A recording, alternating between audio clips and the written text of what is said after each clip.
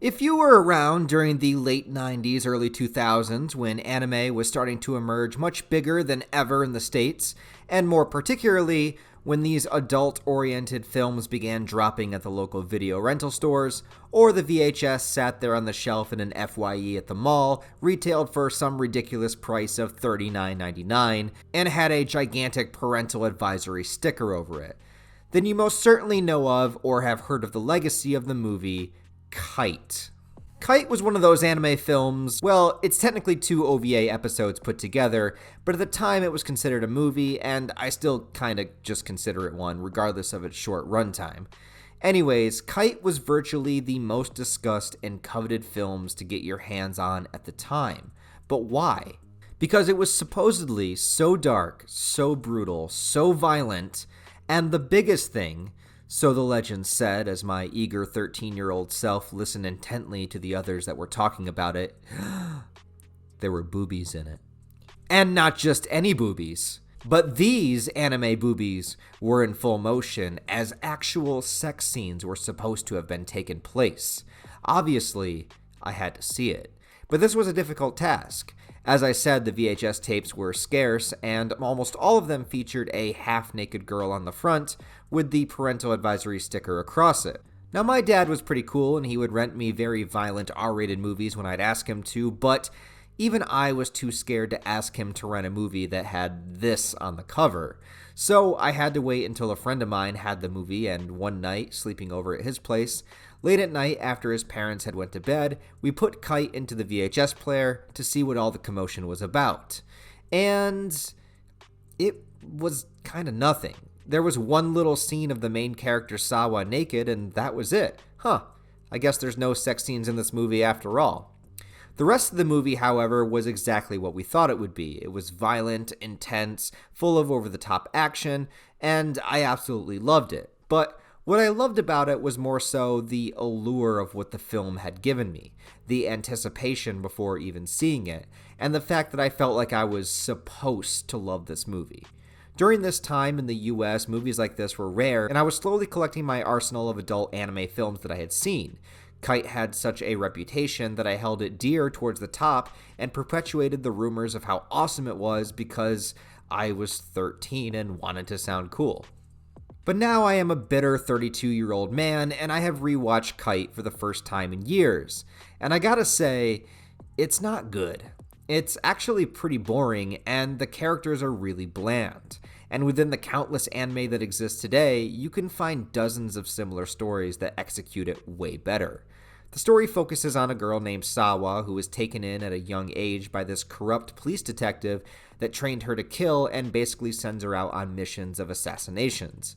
She plays the cute, sexy girl role to have herself lured in, and then she kills her targets with a hidden weapon and a gun that shoots bullets that literally explode on impact.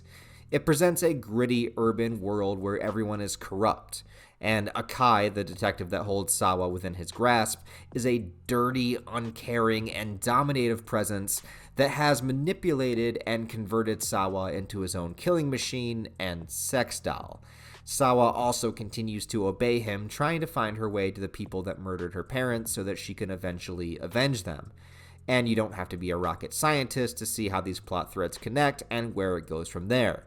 It's basic, it's simple, it's a revenge story. What stands out about KITE is several of the action sequences that admittedly are animated pretty well, especially for the time. The most notable one is this bathroom fight sequence. Sawa, who is undercover, kills her target but then is ambushed by a bunch of the bodyguards.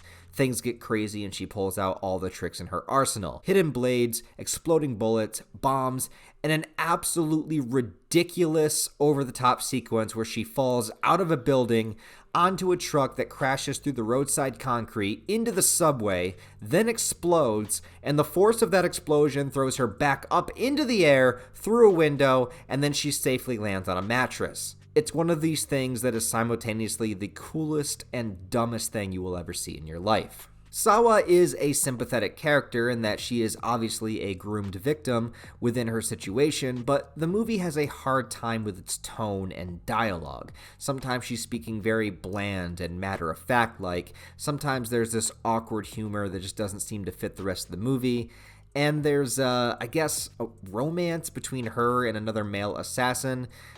Basically, within this less than an hour runtime, it quickly shoves the exposition about her in. It has several big action scenes, and then tells a revenge plot that is resolved insanely quickly in the last 5 minutes of the movie. So what truly was the big deal about this movie? Why is it so renowned in the anime world, and what makes it keep a name for itself even now more than 20 years after its release? Oh, it's because this is not an anime. This is a goddamn hentai. Yeah, the original version that I watched as a young teen was actually an edited version of the movie, but only edited for sexual content, meaning I watched a 45-minute cut of a full hour film that basically deleted nearly 15 minutes of sexual scenes. I did not find this out until later in life, and there were several different releases of this movie between cutting this out and then adding it back in a director's cut. I never knew it was an actual honest-to-God hentai until much later in life. So here's the thing. What makes this movie so infamous all revolves around these points. Apparently the rumor has it that in order to have this film produced, these sex scenes needed to be added. And to call them sex scenes is generous. They are, YouTube censors, please don't hate me. They're basically grape scenes. Sawa is used as Akai's killer and his sex slave. There's one scene where she says she's not in the mood and he makes her have sex with him anyway. There's a scene later in the movie where he uses her like a Femto Casca situation in front of another character. And there's a few random other fucking scenes in this movie too. It's graphic, and for some reason, all the dudes have massively large cocks. For no reason. Seriously, their dicks are like 12 inches minimum. What the fuck were they thinking when they drew this? This is not what a normal penis looks like. Anyways, okay. You could say maybe for story purposes, the sex scenes show the harsh world that Sawa lives in, but they are gratuitous and go on long enough that it's obvious it's not meant to be a story point, but to be an actual hentai sex scene in order to fap to. Well, for those that like to fap to unconsensual, awkward, uncomfortable grapes. Yeah, please don't be that person. Honestly, it would be one thing if it was an intimate scene, but they're all just gross. The positions are basic as well, no 69s, and it goes on way too long. And there's a reason for that, and we all know what the reason is.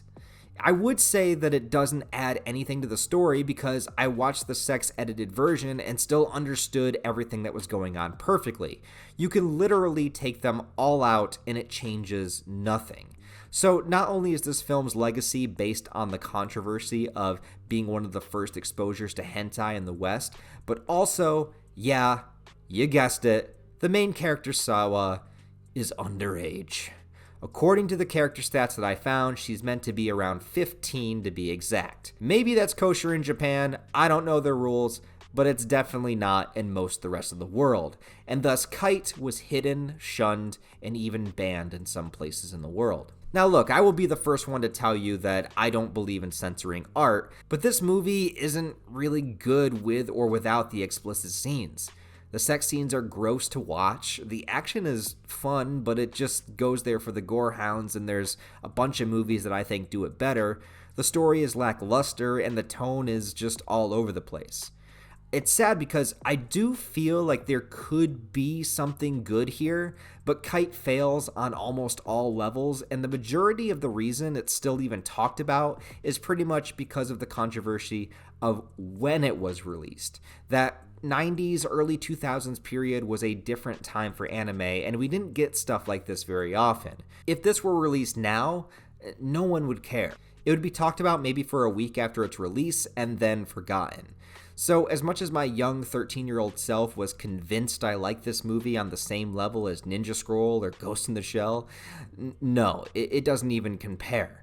I don't even know if I'd recommend it other than just out of the sheer curiosity you might have to see it. I guess you have to put yourself in the shoes of a different time period. It's one of those films that really just does not hold up. But hey, that's just my opinion. So if you have seen KITE, any version of it, what did you think about it? And what did you think about it both when you first saw it and now? I don't know if you had a similar experience as me, or maybe something that's completely different. Or do you love the movie? I don't know. Has your opinion changed over the years? Please let me know all of that in the comments below. Also, please like the video if you enjoyed it, and subscribe to the channel if you want to stick around and see some more content. If you want to help support the channel on that deeper level, I do have a Patreon and merch store. Even for as low as $1 a month would be really, really helpful, and I would appreciate it, but that's all down in the description if you care. Other than that, guys, I hope you all have a wonderful rest of your day, and I'll talk to you next time.